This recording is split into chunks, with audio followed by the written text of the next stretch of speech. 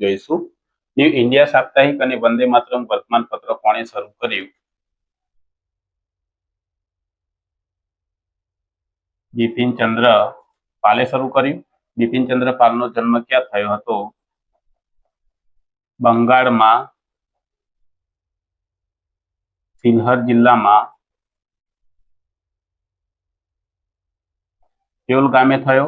રાષ્ટ્રીય શોક દિન કયા દિવસે મનાવાયો?